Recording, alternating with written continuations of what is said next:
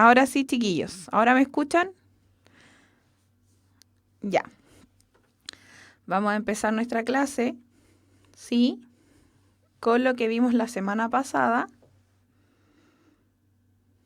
Aló, chiquillos.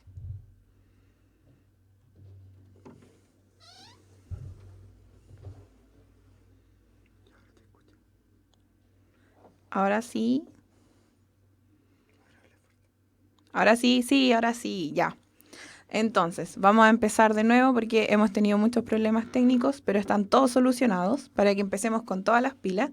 Vamos a dejar atrás nuestros inconvenientes y vamos a empezar en blanco. ¿Ya? Entonces, vamos a ver en lo que quedamos la semana pasada. ¿Se acuerdan? Que vimos tasa de natalidad y tasa de mortalidad. Y cómo estos van a ser influencia, van a determinar el crecimiento vegetativo de la población. ¿Ya? Vimos entonces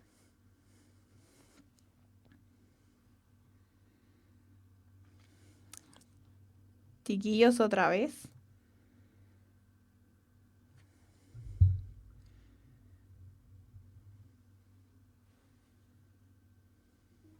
A ver, ahí volvimos ya. Entonces, vamos a ver todo lo que tiene que ver con los motivos que vimos, que porque ¿se acuerdan que dijimos que en ciertos países la tasa de natalidad era menor por un tema de que existe una planificación familiar, existe un tema en la entrada de los métodos anticonceptivos al mercado, existe también cómo la mujer ingresa al mundo laboral y de esta manera se retrasa la maternidad.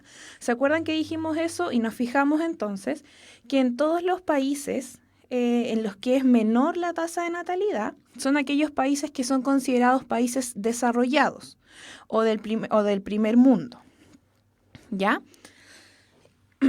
Y vimos por el contrario que los países en los que es mayor la tasa de natalidad es aquellos países que son considerados del tercer mundo, países en los que no existe lo que dijimos en los primeros países, como los métodos anticonceptivos, no existe una educación sexual al respecto, la mujer no tiene una manera de cuidar la cantidad de hijos que tiene, ¿ya?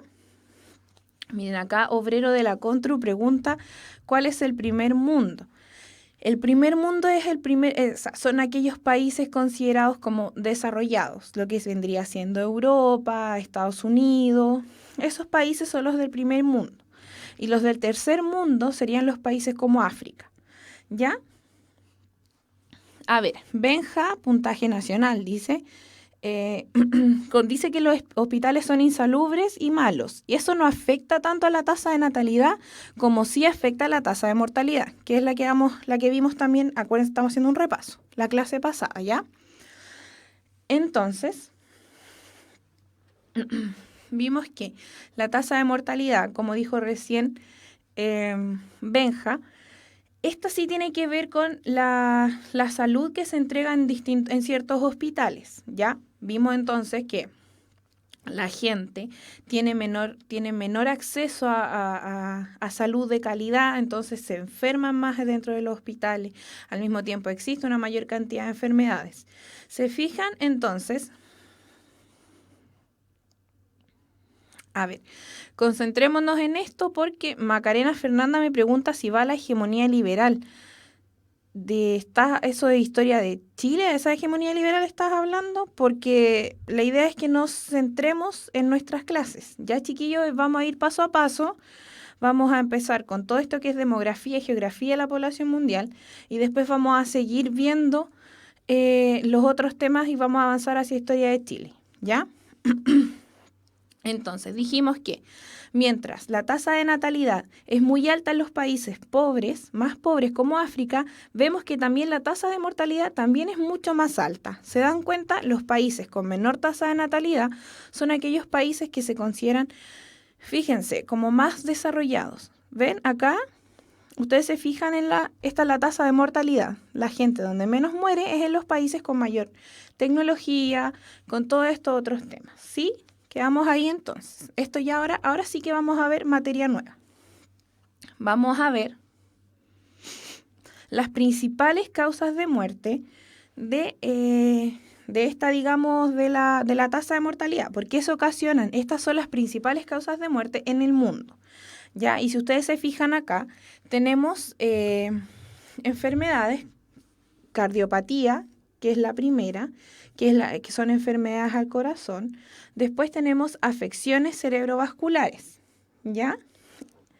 Después tenemos en el tercer lugar infecciones de las vías respiratorias inferiores, enfermedades pulmonares obstructivas crónicas.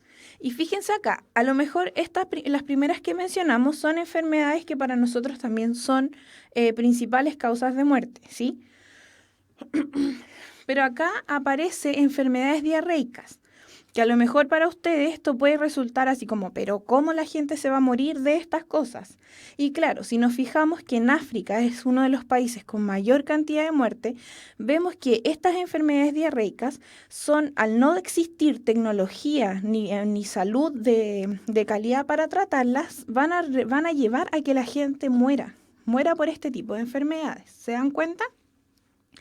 Tenemos también el SIDA, que no en todos los países existe, digamos, los medicamentos necesarios para poder acceder a medicamentos que controlan el SIDA. Ustedes saben que el SIDA no tiene cura, ¿sí? Pero de todas maneras es una enfermedad que en los países con mayor acceso a salud y con mayor, digamos, con economías más poderosas, la gente puede controlar el SIDA y puede vivir durante muchos años con VIH-Sida sin necesidad de morir necesariamente. Sin embargo, en estos países más pobres, como decíamos delante, como de África, la gente no tiene cómo tratar estas enfermedades y muere por ellas. Acuérdense que el SIDA es el virus de inmunodeficiencia humana. La gente no se muere de SIDA, pero sí se muere a causa del SIDA. O sea, las personas que no tratan esta enfermedad, si la tienen muy avanzada y se resfrían, pueden fácilmente morir por eso, porque no tienen defensas en sus cuerpos, ¿ya? Miren acá, Bicho Vicente nos pregunta en qué siglo están presentes estas enfermedades. Estas enfermedades son presentes hoy, son causas de muerte hoy en día. Y eso es lo que llama la atención, porque son algunas enfermedades que nosotros creíamos que estaban erradicadas. ¿Se dan cuenta? Como por ejemplo yo les decía, enfermedades diarreicas, que son enfermedades que causan la muerte a las personas, por lo mismo que decían ustedes, la insalubridad, la deshidratación, todos estos temas. Y después tenemos también la tuberculosis, que acá en América Latina y en los otros países está prácticamente erradicada, ya está controlada. Pero en los países que mencionábamos antes, que veíamos que tienen mayores tasas de mortalidad, estas enfermedades no están, la tuberculosis no está erradicada completamente. Entonces la gente sigue muriendo de tuberculosis. ¿Ya se fijan? Entonces estas tres enfermedades que tenemos acá al medio son enfermedades que, si bien nosotros consideramos y para nosotros están erradicadas, no lo están completamente. ¿Ya? Para que se fijen en esto, son enfermedades que en otros continentes, principalmente en África, causan la muerte de miles de personas. ¿Ya? Después tenemos los cánceres, los más como comunes, digamos, por decirlo de alguna manera, y más numerosos serían el cáncer de tráquea, de bronquios o de pulmón. ¿Ya? Estos son los tres tipos de cáncer que más gente, que producen la muerte de más gente. ¿Se fijan? Después tenemos traumatismos por accidentes de tráfico. La gente se muere, como también acá en Chile y en países más cercanos a nosotros. Esta es una realidad más tangible para nosotros. La gente muere por accidentes automovilísticos, ¿ya? Después volvemos a tener, miren, acá Jocelyn dice que Haití también. Claro, en Haití también la gente muere por este tipo de enfermedades. No estamos hablando solamente de África, sino que estamos hablando de estos países que son considerados menos desarrollados, ya que son países en los que los índices de pobreza son mucho mayores, son países en los que no existe como un aparato que se haga cargo de la salud completamente de las personas, ¿ya? Entonces entraría África, Haití y otros países más pobres también que hay en Asia, en otros continentes. Ya, por lo menos acá en América Latina, que es donde estamos nosotros, la mayoría de estas enfermedades están erradicadas, ¿ya? Que es positivo porque son causas de muerte que no suceden. No pasa así con, como les decía recién, los accidentes de tráfico y con lo que veíamos delante también los cánceres, ¿ya? Saben también que el cáncer no tiene forma de curarse o forma así como efectiva, ¿sí? Existen casos, pero no es 100%, ¿ya? Y después tenemos también nacimientos prematuros y de bajo peso. Esto también se va a dar en los países más pobres, países en los que la gente no tiene una alimentación eh, óptima. Por lo tanto, si la mamá durante el embarazo está desnutrida, lo más probable es que la guagüita, el bebé, nazca con desnutrición y con una serie de problemas asociados. ¿Ya? Entonces, si se fijan, esto tiene mucho que ver también con la pobreza, con lo que mencionábamos recién. Y las infecciones neonatales, que son infecciones que tienen relación con lo anterior, se suceden así cuando el bebé recién nace, que adquiere esta neonato es recién nacido, por si acaso. Pero son infecciones que adquieren los bebés justo en el momento, así como poquito después de nacido. Ya, por lo mismo que decíamos delante, se dan cuenta la insalubridad que hay en los hospitales, todos estos temas que tienen que ver con cómo están, dónde nacen estos bebés y cómo nacen. ¿Ya? Entonces, si nos fijamos, estas son las principales causas de muerte en todo el mundo. Y si bien nosotros podemos considerar, como les decía recién, que son enfermedades que para nosotros están erradicadas, en otros países siguen siendo parte de la realidad. ¿Ya? ¿Queda clara esta idea? Para que no nos olvidemos, acuérdense que estamos viendo en general, así como población mundial y no solamente acá en Chile. ¿Ya? A ver, aquí otro aspecto, varios preguntan por qué América Latina es tercer mundo. A ver, se supone que América Latina está en un estado que se llama en vías de desarrollo. Ya no somos un país, un continente subdesarrollado, somos países en vías de desarrollo. Eso significa que tenemos mejores condiciones que países como los países del continente africano, pero tampoco tenemos las mismas condiciones que los países que están desarrollados, que sería esto del primer mundo, que es parte de Estados Unidos y Europa principalmente. ¿Les queda clara esa idea? Para que podamos seguir, porque es importante que lo comprendan. Existen entonces países desarrollados, subdesarrollados y países en vías de desarrollo. Nosotros los latinoamericanos, la mayoría de los latinoamericanos, calificaríamos, entre comillas, entre los países en vías de desarrollo. ¿Ya? Entonces, vamos a seguir avanzando. Ya, miren. Vamos a ver entonces la diferencia por edad y sexo en la tasa de la mortalidad. Estos son como datos más que nada estadísticos, pero siempre es importante que los conozcamos, ¿ya? Vamos a ver. En primer lugar, tenemos que, vamos a concentrarnos acá, ¿ya? La tasa de mortalidad está estrechamente relacionada con la esperanza de vida. ¿Se acuerdan que vimos la clase pasada la definición de esperanza de vida? Bueno, si no se acuerdan, la esperanza de vida es lo que el ser humano puede llegar a vivir, la cantidad que puede llegar a tener, ¿ya? En estos momentos, la esperanza de vida está alrededor de los 67 años. Considerando a nivel mundial, porque ustedes saben que hay en parte en que la gente vive mucho más y en partes que la gente vive mucho menos, pero se saca un promedio de todo esto, de toda la población, y este promedio es los 67 años. Entonces, la edad que la gente muere va a estar relacionada con la tasa de mortalidad, ¿sí? Después vamos a tener que los avances tecnológicos nos permiten que la edad, a ver, chiquillos, sí, eso vamos a decir. Acá Benja dice que en Chile los hombres viven 79 y las mujeres 83. Sí, es lo que les dije recién. En países Hay en unos países que la esperanza de vida es de como 80 años y en otros países que la esperanza de vida es de 60 años.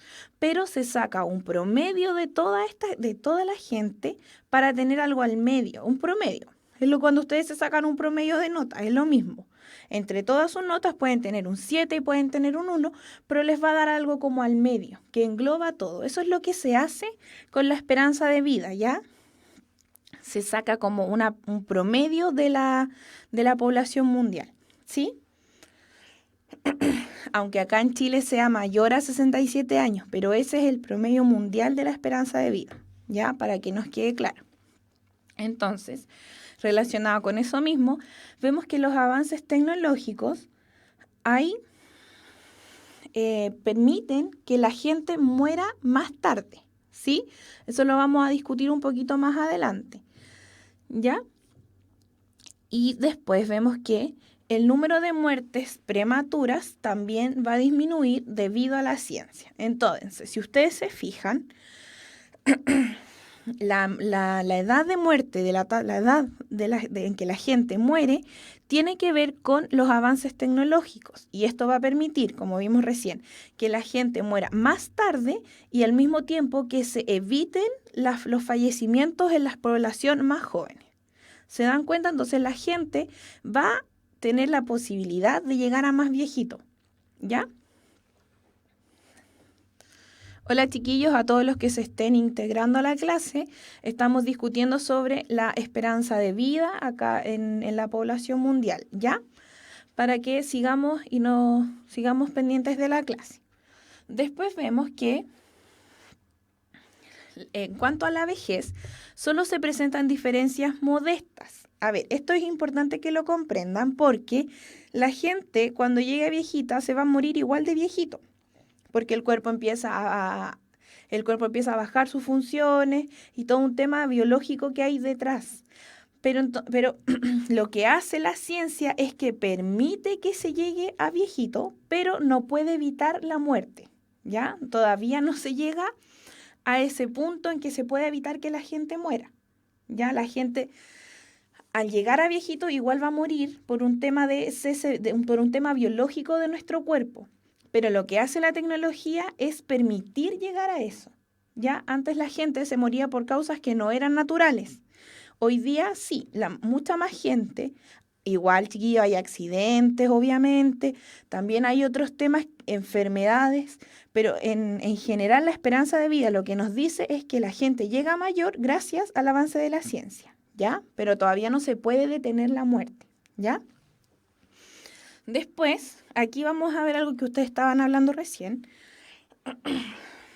que es que la esperanza de vida de las mujeres es estadísticamente mayor que la de los hombres. O sea, estadísticamente las mujeres viven más que los hombres, llegan a más viejitas, que es lo que decía uno de los chiquillos delante, uno de ustedes mismos, que decía que la mujer llega a más vieja que el hombre. La esperanza de vida de las mujeres es más alta que la de los varones, ¿ya?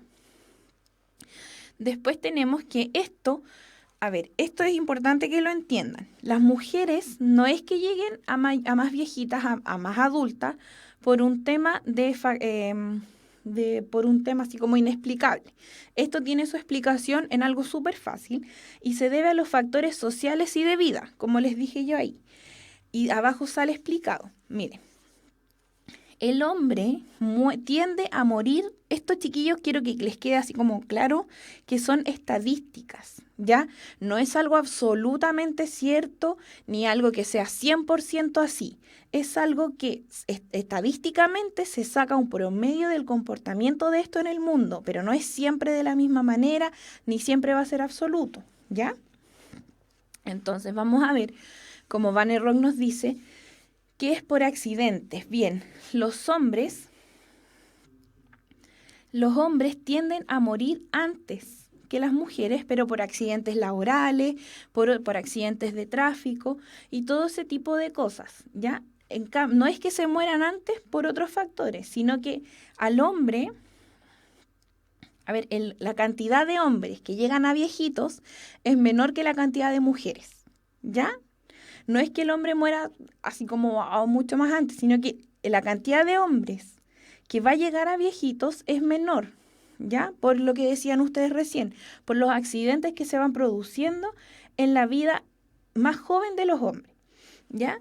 Pero si ustedes se fijan, yo acá les puse que ya sobre los 70 años la tasa de mortalidad entre hombres y mujeres se parece mucho. Porque una vez que si el hombre llega viejito junto con la mujer también, esto se va a equiparar. Pero, como les decía recién, es menor la cantidad de hombres que llegan a esta edad. No sé si les queda claro, porque puede ser un poco confuso. ¿Sí?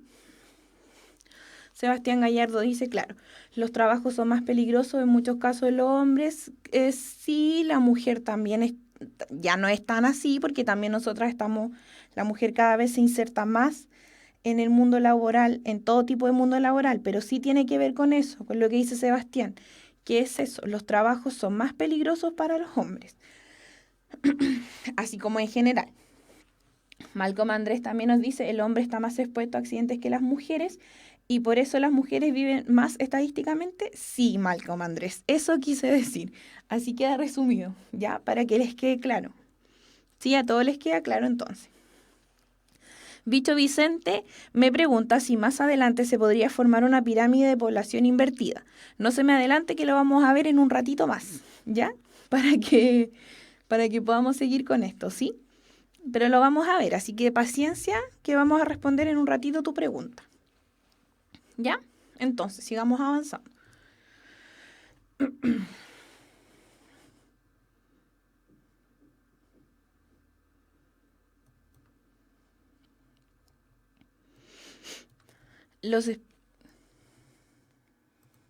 Los espíritus emprendedores quieren dejar su huella en la historia.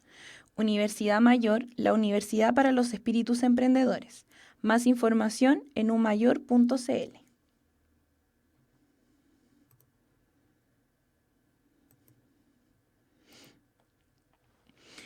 Ya, chiquillos, entonces para los que se vengan integrando ahora a la clase, les damos la bienvenida.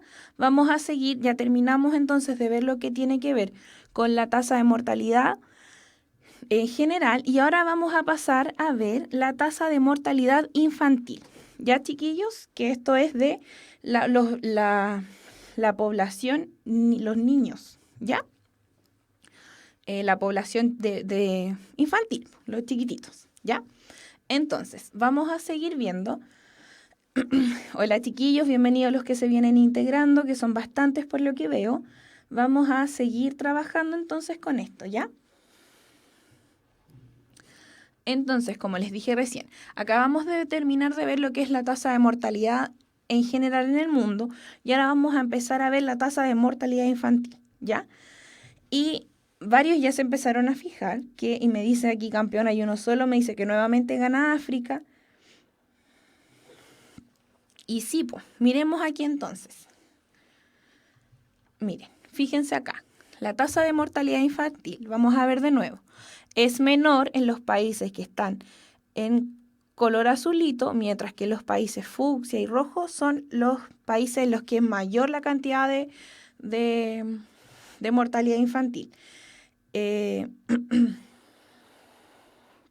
A ver, chiquillos, acá me preguntan varios de ustedes cómo entra esto en la PSU.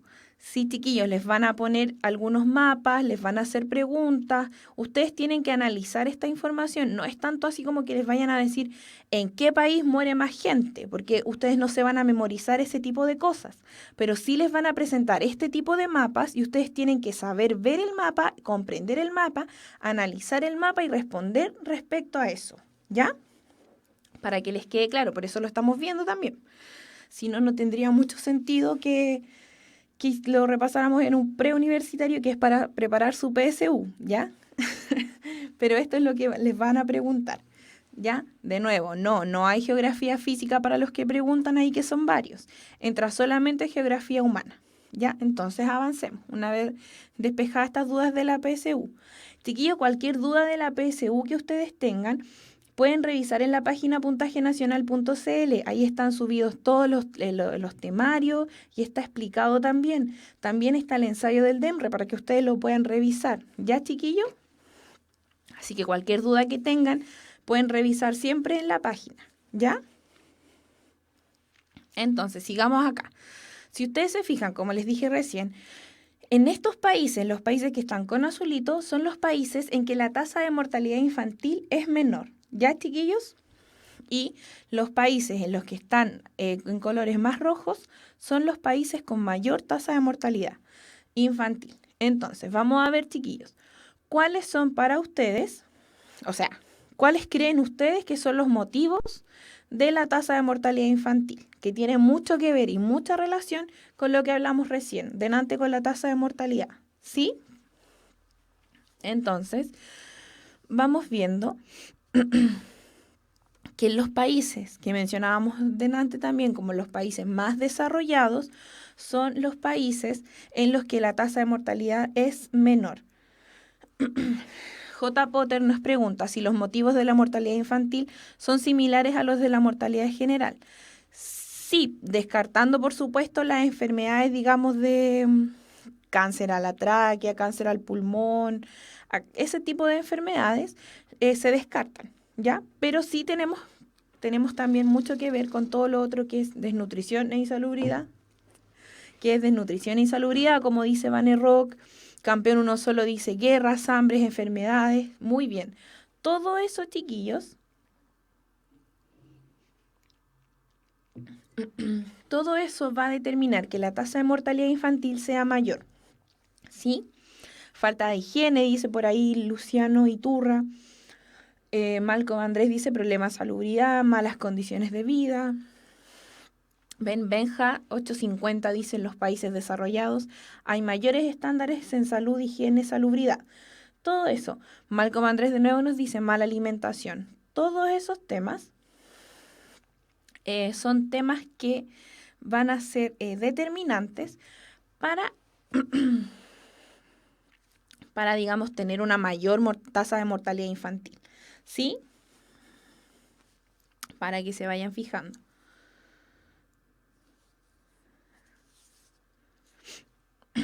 ¿Sí? Ya, avancemos entonces. A ver, aquí hay una pregunta importante que vamos a responder. Malcolm Andrés nos pregunta, ¿es verdad a los niños los hacen trabajar y eso también es un factor de riesgo? O sea, sí, pero la tasa de mortalidad infantil considera niños menores de 1 año, como dijo por ahí Rita Rojas y Sebastián Gallardo, ¿ya? Entonces, a los niños, por ejemplo, a los niños menores de 1 año, afortunadamente todavía nadie los hace trabajar. Esperemos que nunca lleguemos a eso tampoco, porque no son capaces de hacerlo, digamos, todavía ni siquiera caminan. Pero la tasa de mortalidad infantil, menos mal que me preguntaron porque se me fue mencionarles, es niños menores de 1 año. ¿Ya?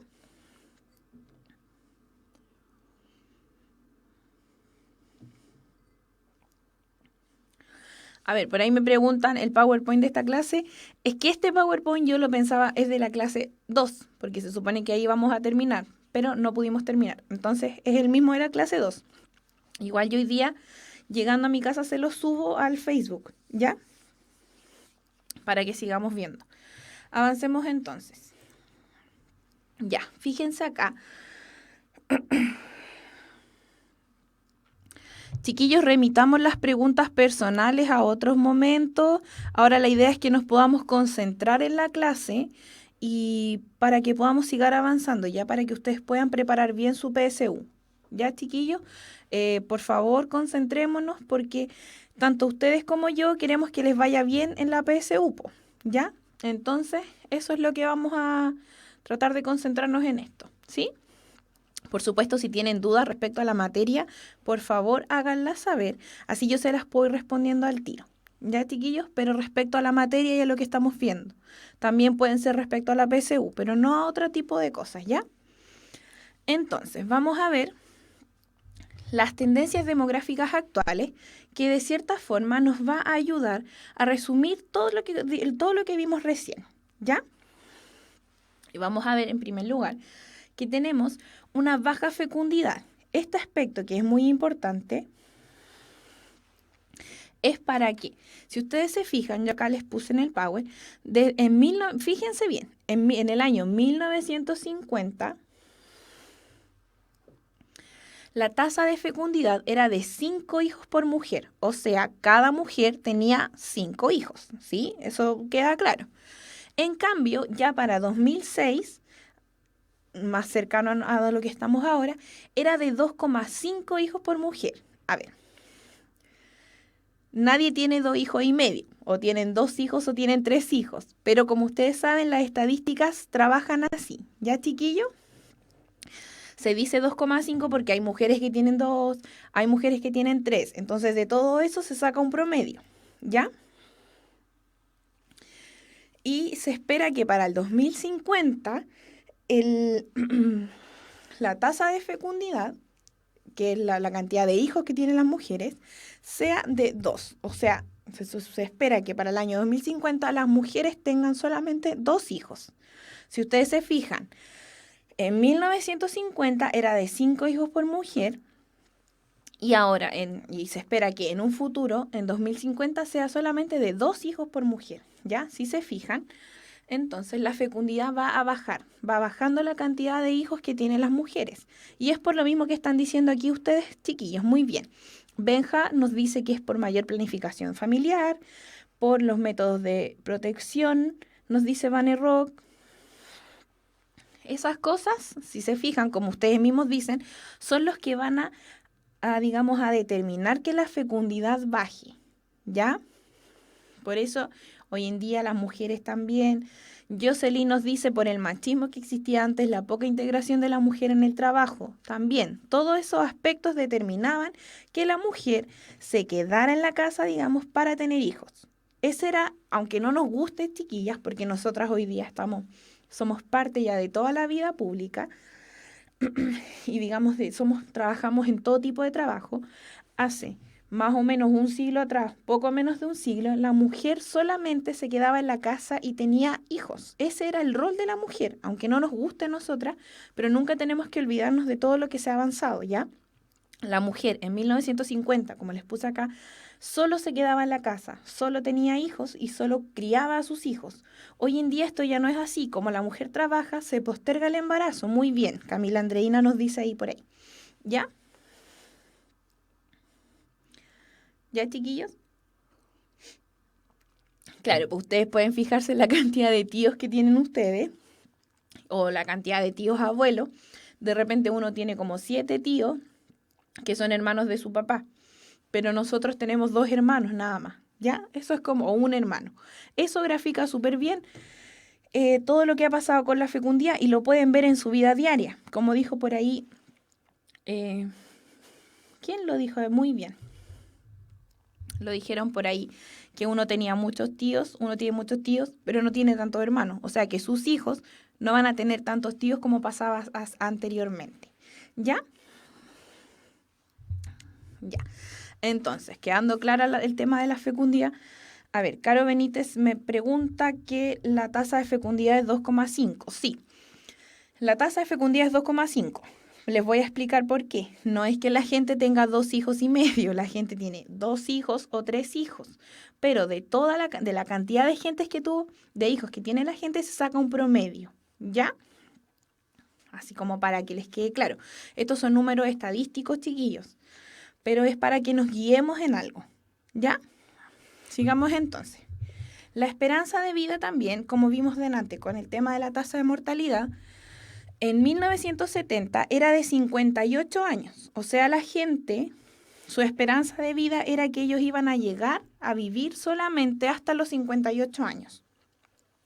Sin embargo, hacia el año 2010 era de 67, que dijimos delante, ¿se acuerdan? Entonces, si ustedes se fijan, la esperanza de vida ha tenido un aumento muy significativo. Son aproximadamente 10 años más los que está viviendo la gente con relación a lo que vivíamos antes. Ya en 1970, que ¿cuánto? Hace 40 años atrás, más o menos, no tanto. ¿Sí? ¿Ya, chiquillos? Entonces, si ustedes se fijan, esto ha sido un avance súper significativo de aproximadamente 10 años y se estima que para el año 2025 un tercio de la población mundial, o sea, una tercera parte de toda la población del mundo, va a tener más de 65 años, ¿ya? O sea, va a pasar algo que se llama como envejecimiento de la población, que lo vamos a ver más adelante. Ya, chiquillos, no discutan entre ustedes, chicos. Por favor, concentrémonos en la clase, que se van para otra parte, se distraen y no es la idea, ¿ya?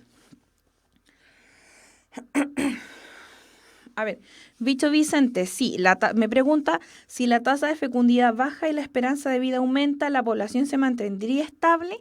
Lo vamos a ver en un ratito más. Delante también parece que Bicho Vicente preguntó sobre las pirámides de población y eso es lo que vamos a ver a la vuelta del break, ¿ya? Para que tengan esa idea pendiente y no se les vaya, para que la mantengan ahí, porque lo vamos a ver en un ratito más. ¿Ya? Y sigamos entonces. Con otro de las tendencias demográficas actuales va a ser el desequilibrio de géneros, ¿ya? Y esto tiene que ver que cada año nacen 105 niños por cada 100 niñas. O sea, nacen más varones que mujeres, ¿sí? Sin embargo, como lo hablamos recién, esto se va a invertir en la vejez, donde la esperanza de vida femenina es más alta que la masculina. ¿Se acuerdan que lo hablamos recién por todos los motivos anteriores? El hombre, menos cantidad de hombres llega a la edad adulta porque mueren antes, digamos, durante su juventud en diferentes tipos de accidentes, ¿sí? Entonces, si bien nacen más niños, más hombres mueren después. Entonces, hacia la vejez, este desequilibrio de los géneros se va como a estabilizar, ¿sí?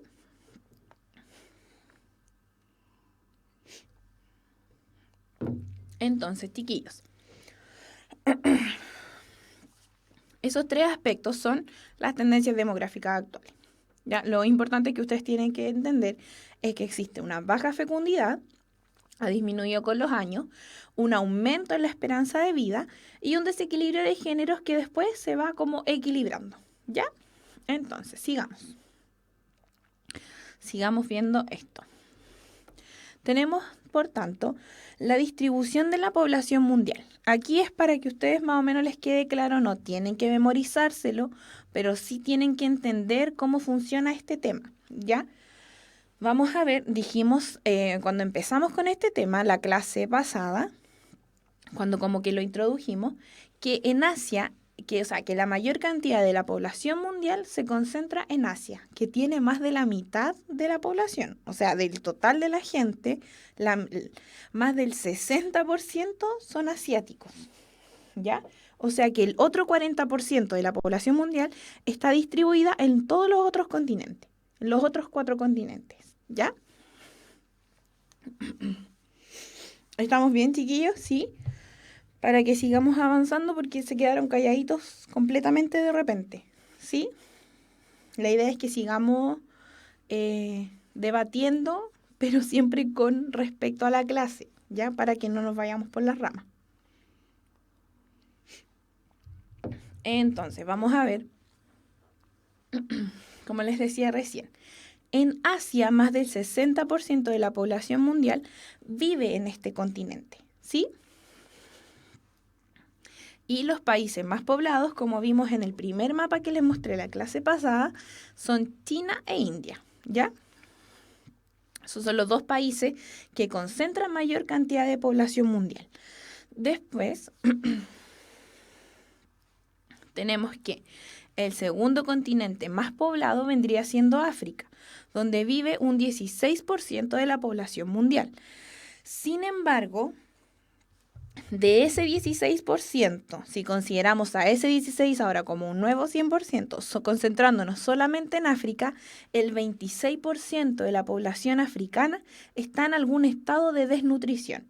¿Esto qué significa y qué va a conllevar? Lo que hablábamos delante, al principio de la clase, el tema de la tasa de mortalidad, que es mucho más alta en países africanos que en consideración con los otros países de otros continentes, ¿ya? Pero ¿qué pasa también?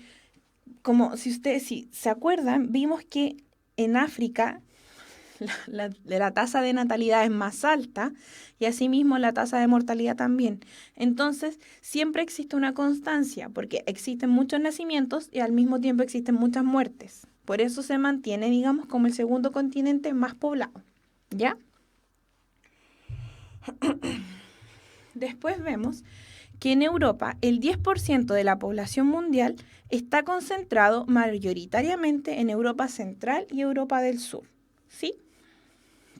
Entonces, Europa vendría siendo el tercer continente más poblado del mundo, con apenas un 10%. Si se fijan en Asia, es un 60%. Entonces, es harta la diferencia entre un continente y otro, ¿ya? Después acá se divide Norteamérica de América del Sur por un tema que tiene que ver con el nivel de desarrollo de los países, ¿ya?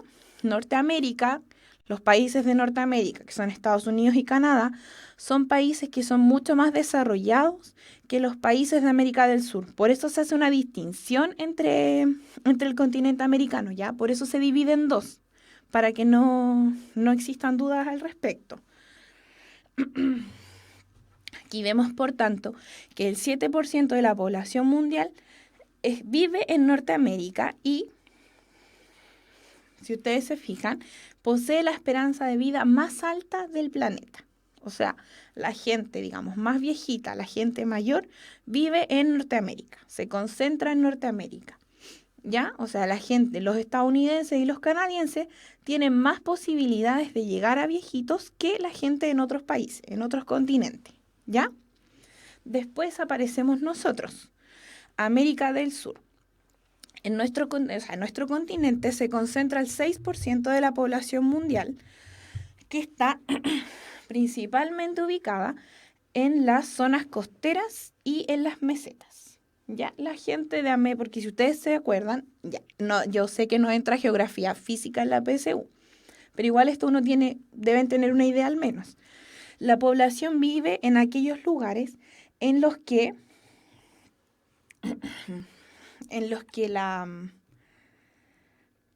la población, me perdí. La población se mantiene, digamos, tiene prioridad de vivir en aquellos lugares que tienen mejor calidad de suelo, que tienen más facilidades para la vida. Por eso dice acá que la mayoría de la población en América del Sur se concentra en estos sectores. Ustedes saben que hay grandes lugares, muchos lugares muy amplios que son selva en América del Sur, pero en la selva no vive mucha gente. Eso es como lo que se les trata de explicar aquí, que la mayoría de la población vive en las zonas costeras, ¿ya? Y finalmente el continente menos poblado es Oceanía, ¿ya? Que es aquí apenas es menos de un 1% de la población mundial.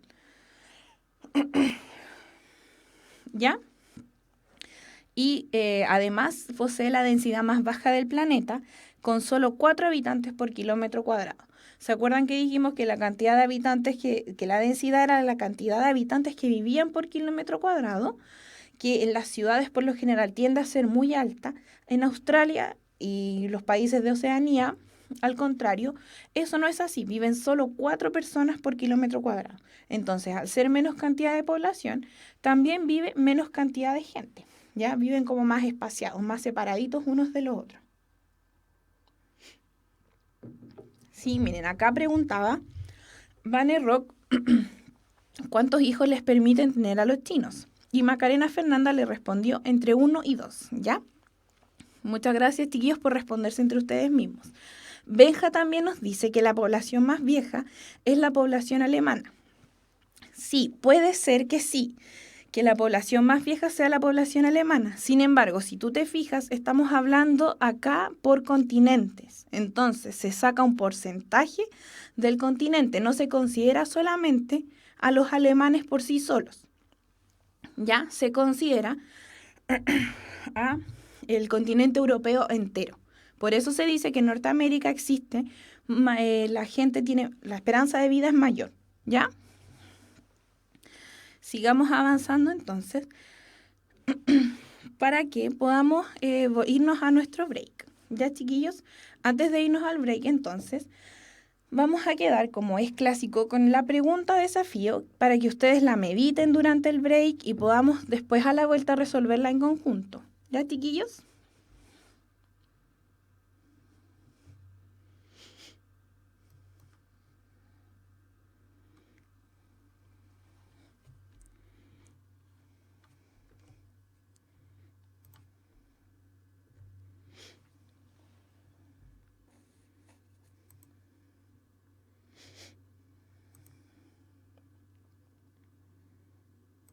Ya, entonces los vamos a dejar con esta pregunta que sale en el ensayo del DEMRE de la PSU que van a dar ustedes, por la hora 2014, admisión 2015.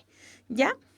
Entonces, vamos a ver aquellos países que tienen mayor población. Fíjense acá en la pregunta, ¿ya? Vamos a ver entonces aquellos países con mayor población entre el 2008 y el 2050. Si ustedes se fijan, acá tenemos la pregunta y los países. En primer lugar, como ya hemos hablado mucho, está China, ¿sí? China que para el año 2008 tenía 1.324.000, no, población en millones de habitantes, o sea, tenía 1.000 millones de, ya me confundí con los números, no son muy fuertes. Pero si ustedes se fijan acá, tenemos, ya, pero no se pongan a responder al tiro la pregunta, primero tenemos que analizarla, ¿ya? Tenemos que el país más poblado es China. Después, en segundo lugar, tenemos a India. Después vamos descendiendo a Estados Unidos, Indonesia, Brasil, Pakistán, Nigeria, Bangladesh y Rusia, ¿ya?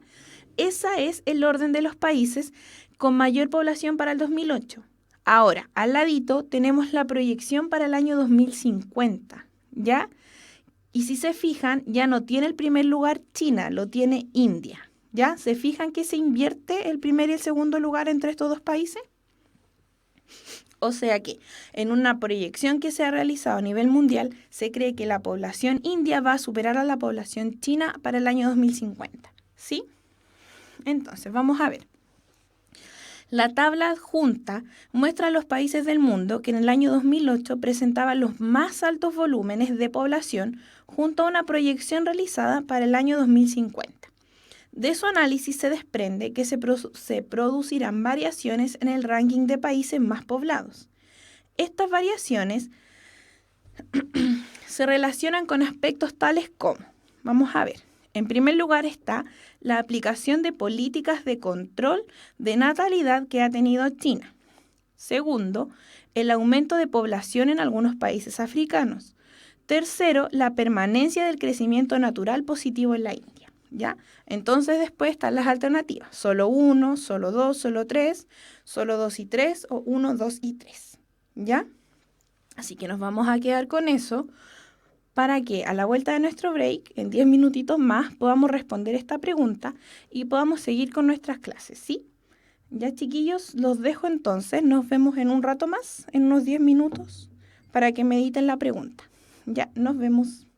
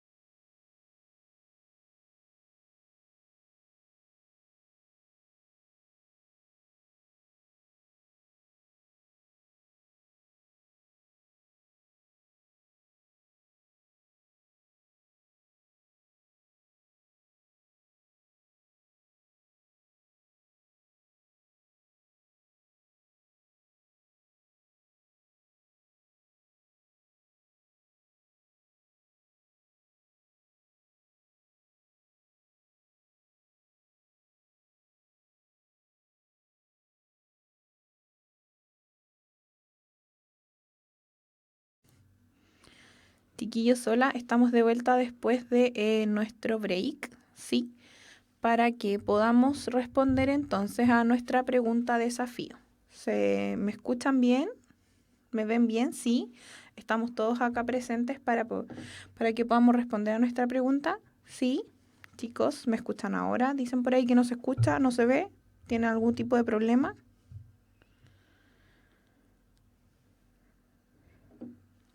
Para que empezamos con nuestro segundo bloque respondiendo nuestra pregunta de desafío, ¿sí? La que tiene que ver con lo que estábamos viendo de la población que existía en los países más habitados para el año 2008 y la proyección para el año 2050, ¿sí?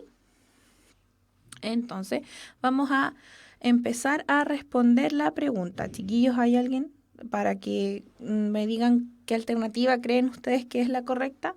¿Solo 1, solo 2, solo 3, solo 2 y 3 o 1, 2 y 3? ¿Cuál es la alternativa que ustedes creen? ¿La leemos de nuevo?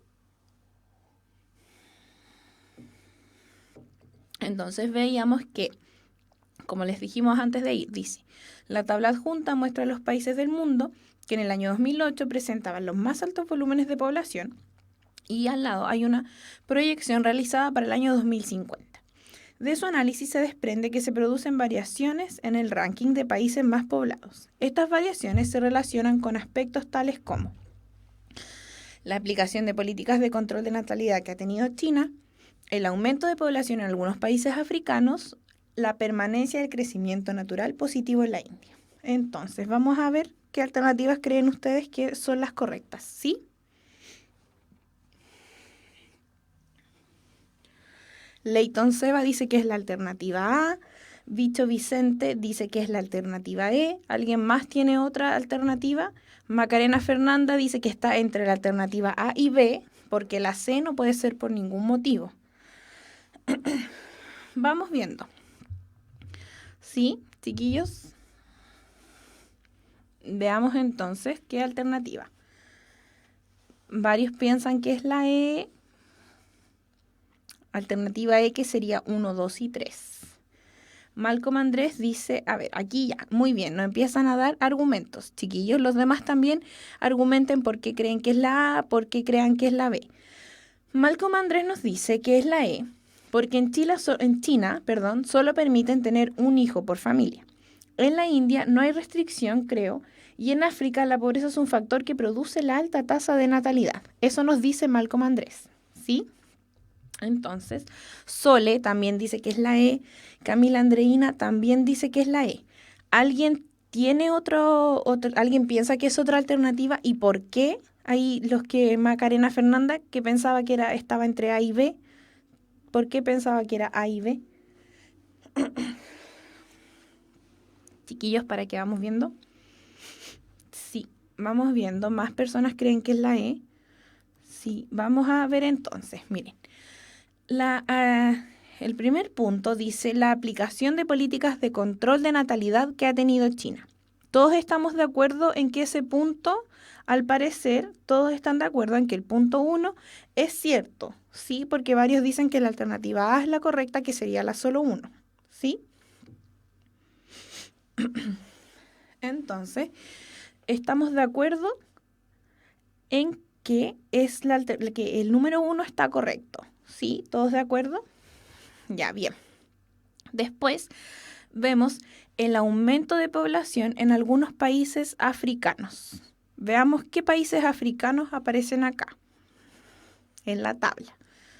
Si ustedes se fijan, tenemos Nigeria, que acá mismo sale la cantidad de población que tenía en 2008 y para acá, si se fijan, ya no está en la proyección hacia el 2050, no está en el 7º lugar, sino que sube al 6º lugar porque ha casi duplicado, se espera, digamos, que va a duplicar su población. Entonces, el aumento de población en algunos países africanos sería correcto también. Tendríamos, por lo tanto, que la 1 y la 2 están correctas, ¿sí? Y después tenemos que 3 nos remite a la permanencia del crecimiento natural positivo en la India. ¿Alguien sabe, se acuerda qué es el crecimiento natural positivo? para que podamos entender el punto 3 antes de que respondamos la pregunta? ¿Alguien se acuerda? Potter dice ahí que él pensaba que era la alternativa D, pero mejor no. O sea, según lo que usted contesta, habría sido las alternativas 2 y 3. ¿Ya? ¿Alguien entonces, chiquillo, sabe lo que es el crecimiento natural positivo que se menciona aquí en la India? Para que podamos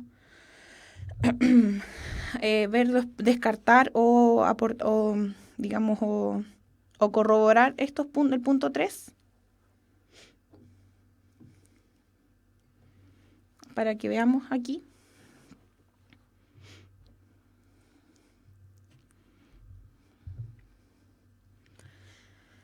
Chicos, entonces vemos que el punto 1 y el punto 2 estamos todos de acuerdo en que es así. En primer lugar, la aplicación de políticas de control de natalidad que existe en China ya es algo en lo que todos estamos de acuerdo. Todos sabemos que producto de la gran cantidad de natalidad y que China concentra mucha cantidad de población mundial, se empezó a hacer, el Estado empezó a tomar medidas de planificación y de prohibición de tener más de 2 hijos y en algunos casos más de un hijo por mujer, por familia, ¿ya? Entonces sabemos que es la aplicación de políticas de control de natalidad. También vimos recién, acá yo les expliqué cómo en Nigeria, en algunos países africanos, y tomamos el ejemplo de Nigeria, aumenta la población, se espera que aumente hacia el año 2050. Y finalmente la permanencia del crecimiento vegetativo, o sea, el crecimiento positivo natural, estábamos viendo eso. Me parece que no me llega todo el chat, chicos, porque me llegan cortadas las preguntas. O sea, no me llegan sus comentarios completos. No sé a qué se pueda deber. Vamos a revisar, ¿ya? Por mientras, les voy a comentar. El crecimiento natural tiene que ver, que sea positivo, tiene que ver con que, si bien se ha mantenido, o sea, se mantiene la tasa de natalidad y al mismo tiempo también la tasa de mortalidad. O sea, la cantidad de gente que nace tiene relación con la cantidad de gente que muere. ¿Ya? Entonces no es como que muera más gente de la que nace, como se espera que suceda en China, que la tasa de mortalidad es mayor a la tasa de natalidad. En India se espera que para el año 2050 la tasa de natalidad con la tasa de mortalidad se mantengan equilibradas. Por eso la población mantiene su número y no disminuye. ¿Ya? Entonces tendríamos que, respecto a eso,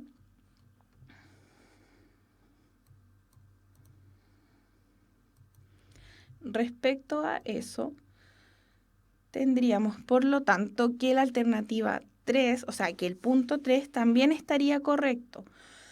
Y, por lo tanto, nuestra alternativa a nuestra pregunta sería la alternativa E, que serían 1, 2 y 3, como decían varios chicos ahí en el chat. Los comentarios que me llegaban, porque me llegan súper pocos, no sé a qué se deba. Sí, tenemos clara entonces nuestra pregunta desafío. Sería la alternativa E. 1, 2 y 3.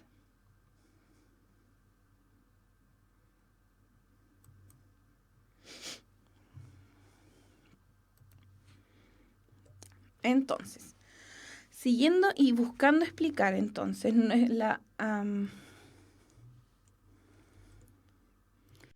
entonces, si buscamos explicar cómo se distribuye la población mundial, encontraríamos,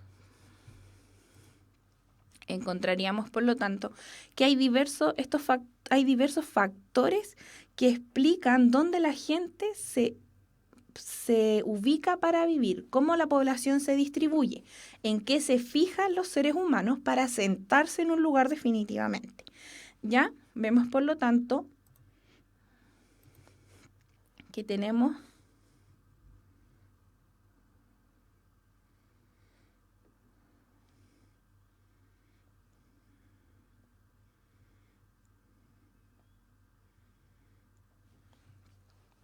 Vemos, por tanto, que entre los factores que acá que yo les menciono, que les pongo acá para que ustedes consideren, tenemos en primer lugar los climas, ¿sí? Es necesario que para que la población, digamos, se establezca, se asiente a vivir en un lugar, existan temperaturas adecuadas para la vida.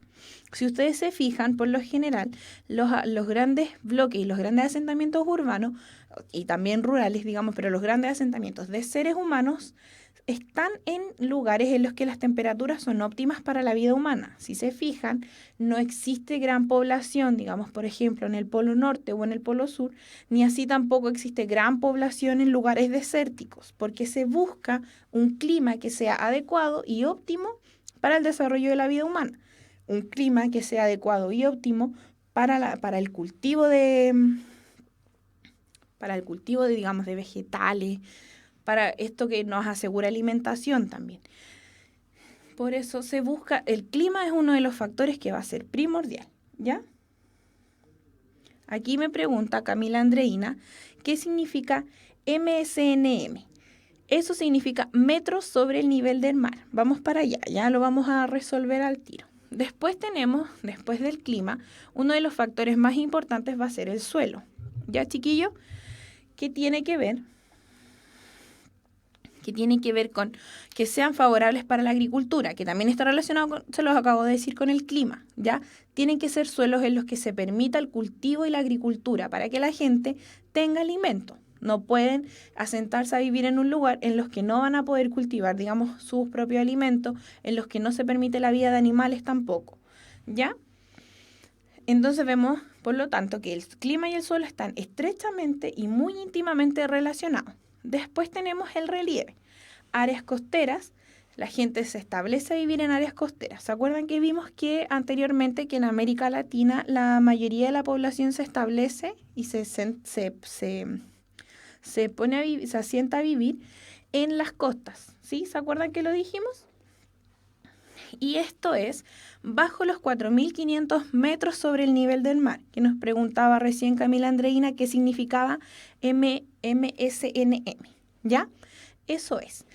Entonces, si ustedes se fijan, vivir sobre los 4.500 es muy complejo porque por todo un tema de la altura es más difícil para el ser humano poder respirar, digamos, tranquilamente. Por eso el ser humano busca establecerse en lugares que estén máximo, digamos, unos máximo 4.500 metros sobre el nivel del mar. Es lo más alto que vive el ser humano. Por ejemplo, sectores como Machu Picchu y esos lugares, ahí es en los sectores del altiplano, en países como Perú, Bolivia, la gente vive a esa altura.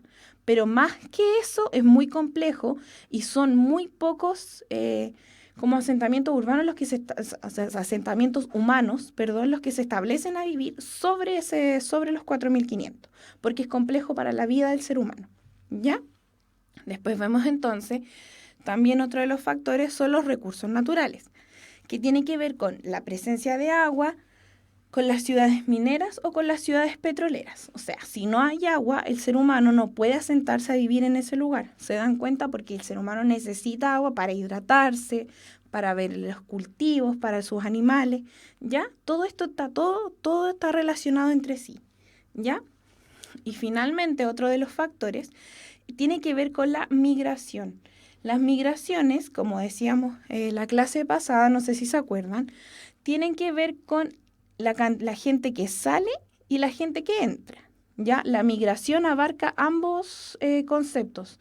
Inmigración y emigración están considerados como migración. No vamos a hacer una división tan grande. Entonces, a través de esto, la gente en qué lugar prefiere vivir se traslada de un lugar a otro. Vemos que América y Oceanía se han poblado debido a las migraciones, ¿ya? A gente que viene desde otros lugares. ¿Sí? ¿Quedan claros los factores entonces de la población? Para que podamos avanzar.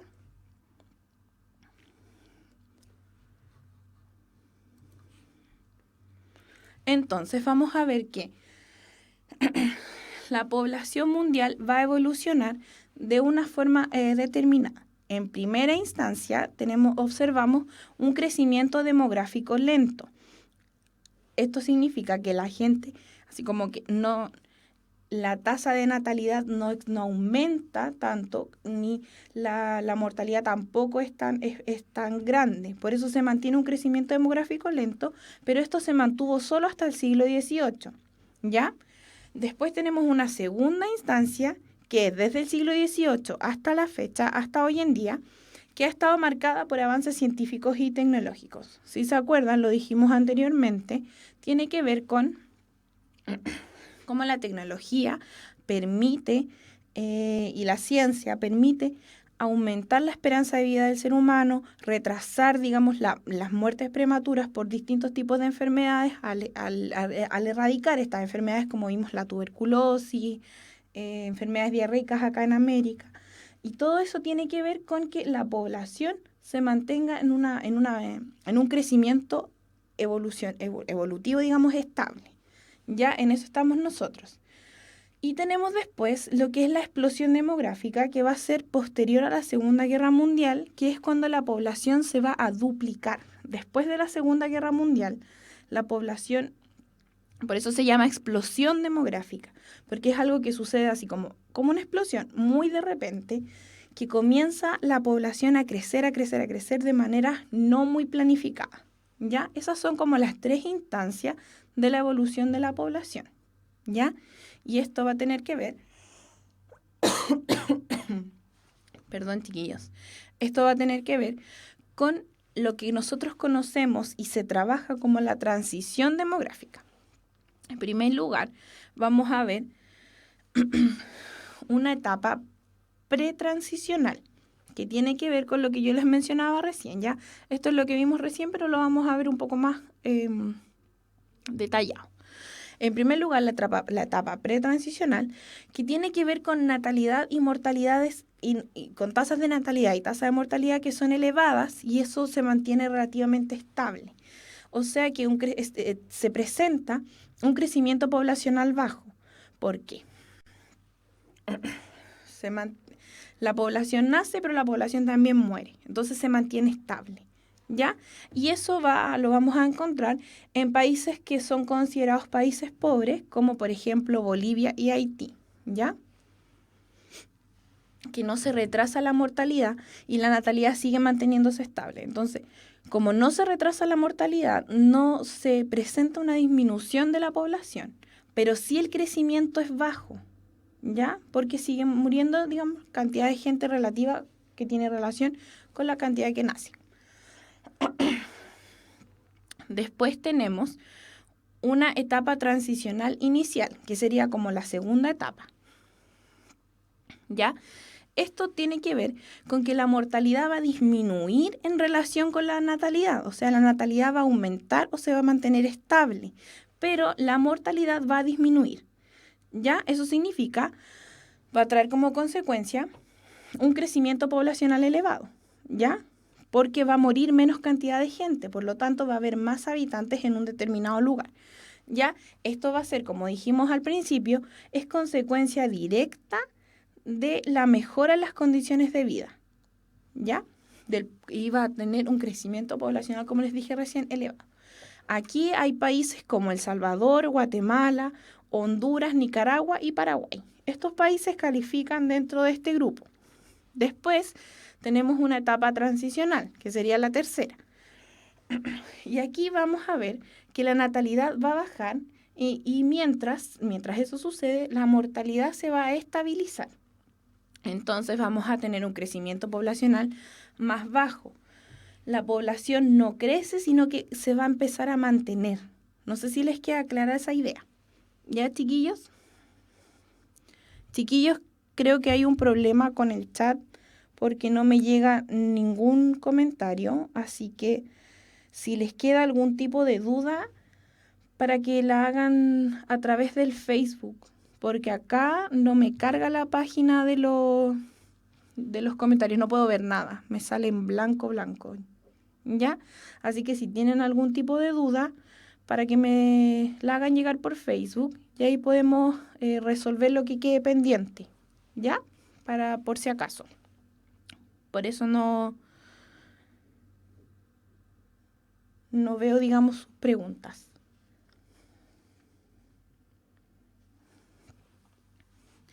Después entonces vamos a tener en la tercera etapa, aquí nos quedamos, la natalidad va a bajar en tanto que la mortalidad se va a estabilizar, va a existir un crecimiento más bajo. Los países de este grupo son países como Brasil, Colombia, Costa Rica, Ecuador, México, Panamá, Perú, República Dominicana y Venezuela. ¿Ya? Y finalmente, la cuarta etapa de esta transición demográfica es la etapa post-transicional. Aquí es cuando se alcanzan bajos niveles en ambas variables, o sea, en la natalidad y en la mortalidad. Significa que disminuye la cantidad de niños nacidos y también disminuye la cantidad de seres humanos muertos, ¿ya? De fallecimientos. Entonces, ¿qué va a pasar con esto? El crecimiento poblacional se va a mantener bajo y en algunos casos nulo. O sea, si no nace más gente, ni tampoco muere más gente, se mantiene nula la cantidad se mantiene bajo o nulo el crecimiento poblacional. Y aquí están los países, aquí yo, si se fija, les puse casi puros ejemplos de América Latina, para que nos podamos comprender más a nivel latinoamericano, ¿ya?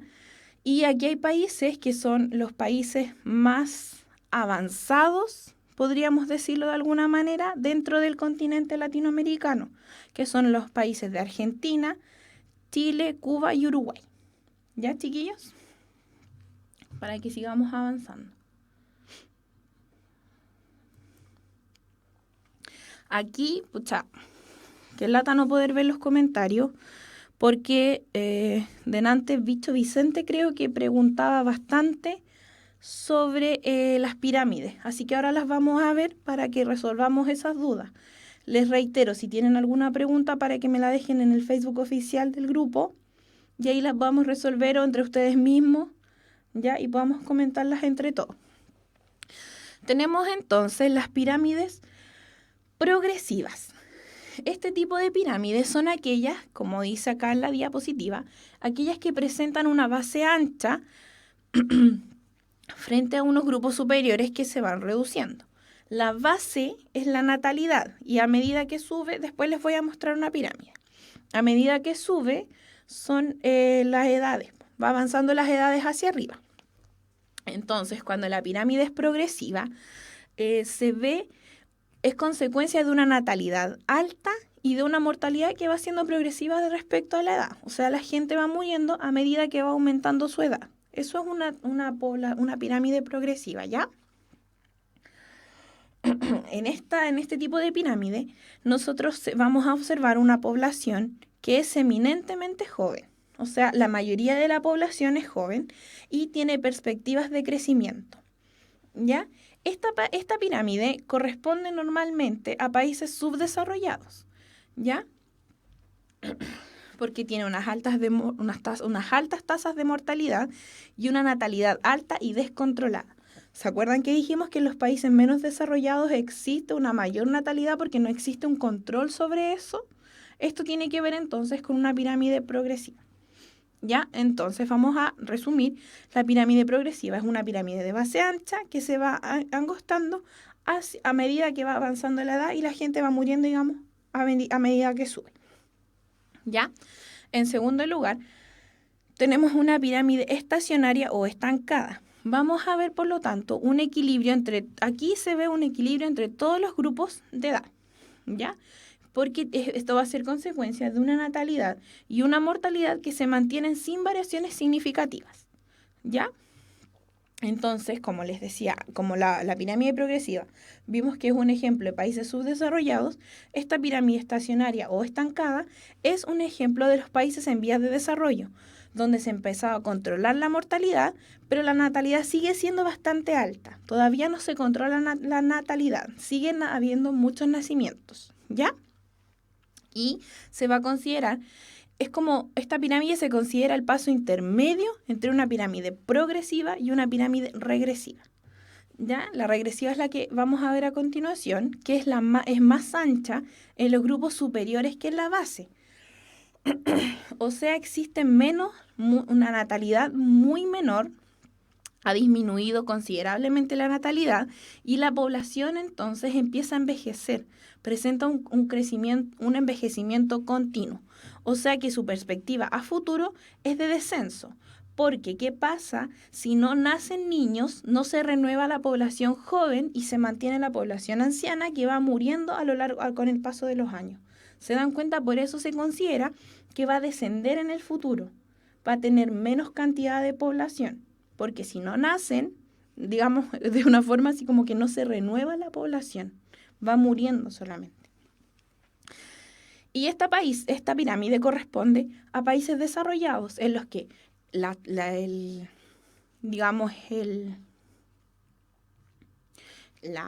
los métodos anticonceptivos son mucho más accesibles para toda la población. La mujer desempeña otro rol en la sociedad que es típico de los países desarrollados.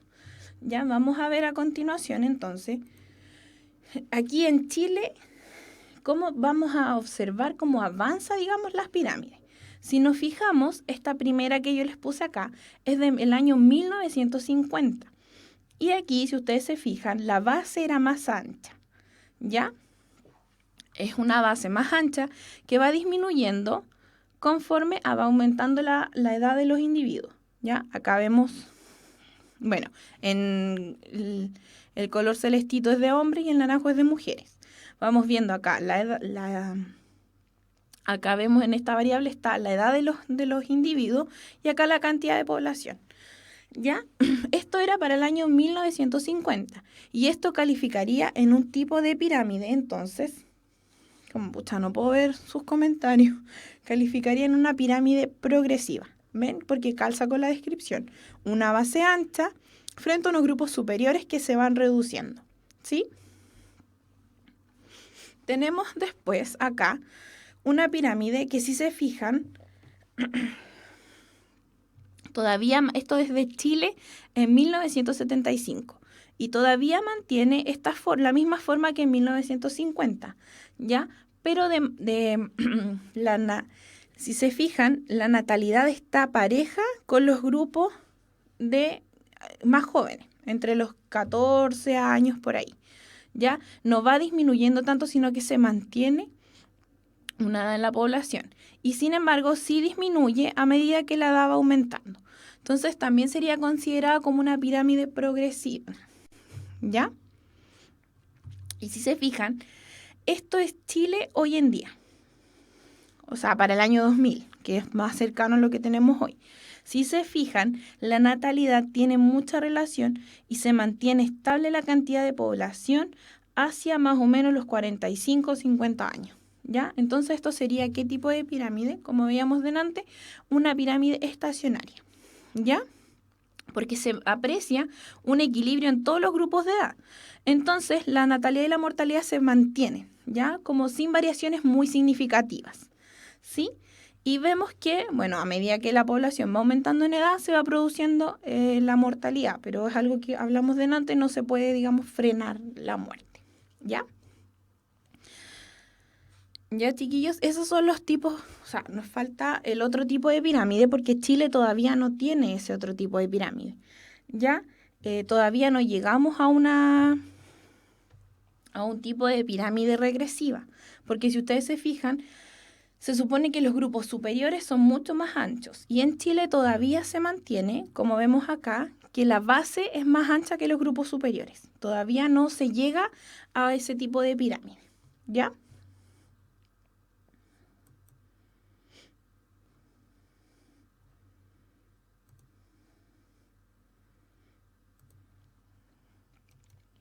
Los espíritus emprendedores estudian la historia para planear el futuro. Universidad Mayor, la universidad para los espíritus emprendedores. Más información en umayor.cl.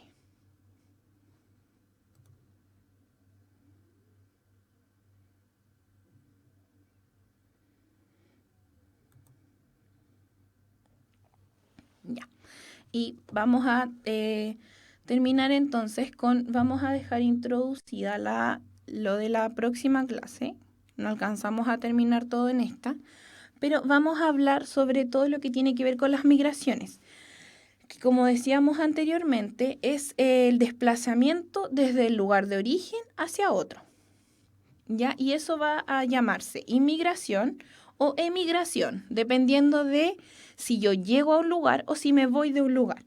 La inmigración, por tanto, es la llegada de población que viene desde otro territorio. Y la emigración es la salida de población para establecerse en otro territorio. O sea, una misma persona puede ser considerada emigrante e inmigrante dependiendo desde donde se vea. Por ejemplo, si yo vivo en Santiago y me voy a vivir, por ejemplo, a Antofagasta, para la población, para la gente de Santiago yo sería un emigrante porque me estoy yendo, pero para la gente de Antofagasta yo sería un inmigrante porque estoy llegando. No sé si queda clara la idea, para que eso se trata básicamente. Por eso vamos a hablar de migraciones, porque así abordamos los dos conceptos, ¿ya? Los vemos más, no nos establecemos en un lugar para mirar, sino que los vemos desde el medio. Y las migraciones van a depender de diversos factores, ¿ya? Van a ser factores económicos, factores de conflictos sociales o factores que tienen que ver con desastres naturales. ¿Ya, chiquillos? Entre los factores económicos podemos mencionar como ejemplo lo que está pasando hoy en día en Antofagasta con la gente que viene de Colombia, ¿sí? Ellos vienen a trabajar acá a Chile y también sucede con los peruanos, con los bolivianos y gente de otros lugares de Latinoamérica que vienen a trabajar a nuestro país porque acá pueden tener mayores perspectivas, digamos, de sueldo, una economía que les permita solventar a sus familias en su país de origen. Eso cabría dentro de los motivos económicos, ¿ya? Después también tenemos el otro motivo que serían los conflictos sociales, que esto tiene que ver con, por ejemplo, guerras que suceden en ciertos países. La gente a veces se escapa de su lugar de origen porque se están produciendo guerras y muere gran cantidad de población. Entonces la gente se traslada a vivir hacia otros lugares, escapando, digamos, de estos conflictos sociales. También pasa con que también esto se relaciona con conflictos políticos, con muchos temas aparte, pero que tienen que ver con que yo como ser humano no puedo, por un motivo u otro social, seguir viviendo en determinado lugar. Por eso se trasladan hacia otros lugares, ¿sí? Y después tenemos los desastres naturales, que sería, por ejemplo, la explosión de un volcán que impide que la gente siga viviendo en un lugar, como pasó hace unos años en Chaitén, no sé si se acuerdan, ¿ya? Y esos tipos de o maremotos que barren, digamos, todo el emplazamiento urbano o rural de la gente. Entonces, estos desastres naturales provocan maremotos, terremotos, explosiones de volcanes, provocan que la gente deba trasladarse de su lugar de origen hacia otros lugares. Y estos tres motivos van a ser los principales causantes de las migraciones, ¿ya? Existen asimismo diferentes tipos de migraciones. Vamos a dejarlas como introducidas para la próxima clase, porque esto no es muy largo, pero es importante tenerlo claro. Las migraciones estacionarias, como su nombre lo indica, son aquellas migraciones que se producen durante un tiempo. Es, digamos, por una estación, por un periodo de tiempo, ¿sí? Por eso es estacionaria. No es como la migración que nosotros por lo general conocemos, que es una migración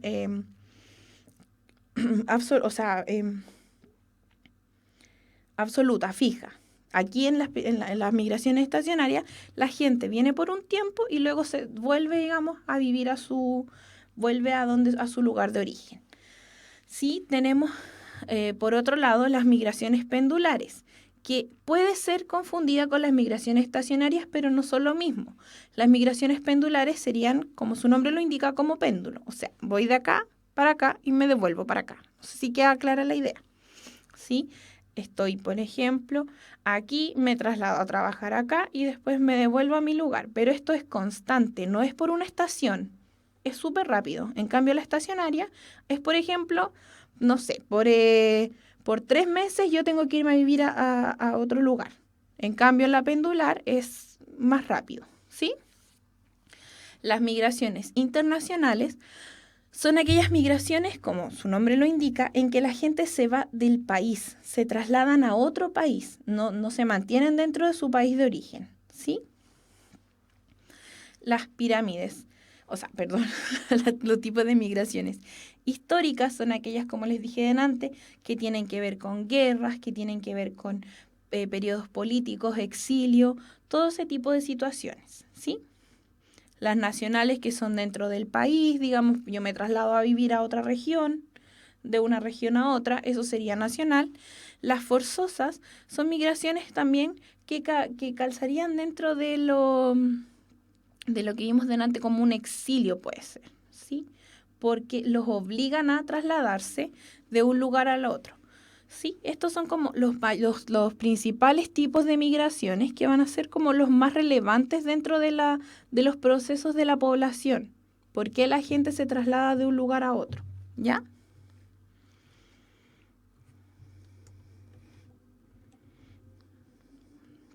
Vamos a terminar con esto, con las políticas migratorias, chiquillos, y vamos a seguir en la próxima clase. ¿Qué pasa en las políticas migratorias? Es cuando ciertos países establecen las condiciones y requisitos de quienes pueden ingresar a los países receptores, ¿ya? Si no se cumplen estos requisitos, se va a considerar que este inmigrante es ilegal o está indocumentado. Por ejemplo, aquí abajito sale, Estados Unidos y la Unión Europea son los más restrictivos en cuanto a políticas de migrantes. Ya ellos no dejan que cualquier persona que proviene de otro país, bueno, y en realidad ningún país por lo general, no dejan que cualquier persona se traslade a vivir a su país, porque tienen que cumplir ciertas condiciones, como dice ahí. Ya no, tienen que cumplir diferentes, estas condiciones las pone cada país. ¿Ya? Entonces van a ser relativas. Y en algunos casos se les entrega, o sea, y a estas personas se les entrega la visa, a veces se les permite trabajar, a veces no se les permite trabajar en el país porque vienen solamente, digamos, como de vacaciones, cosas así. ¿Ya? Pero esto va a ser determinado por el país receptor de estos migrantes. ¿Ya? Y si ustedes se fijan acá, yo les puse, la Unión Europea permite una flexibilidad entre migrantes o sea, de los países miembros de la comunidad. Por ejemplo, entre los países miembros de la Unión Europea, la gente puede trasladarse de un país a otro sin muchos requisitos, sin tener que cumplir muchos aspectos, sino que simplemente ellos pueden trasladarse de un lugar a otro. No así con los países que son ajenos a la Unión Europea. Si yo como chilena me quiero ir a la Unión Europea, tengo que cumplir una serie de requisitos que son súper estrictos, ¿ya? Entonces ellos son como abiertos y flexibles en cuanto a la migración dentro de la misma Unión Europea, pero no así con los otros países, ¿ya? Para que como que quede la idea. Y acá en América Latina se busca que se haga algo parecido. No existen políticas oficiales, pero así como los jefes de Estado, o sea, los presidentes, han llegado a este tipo de acuerdo.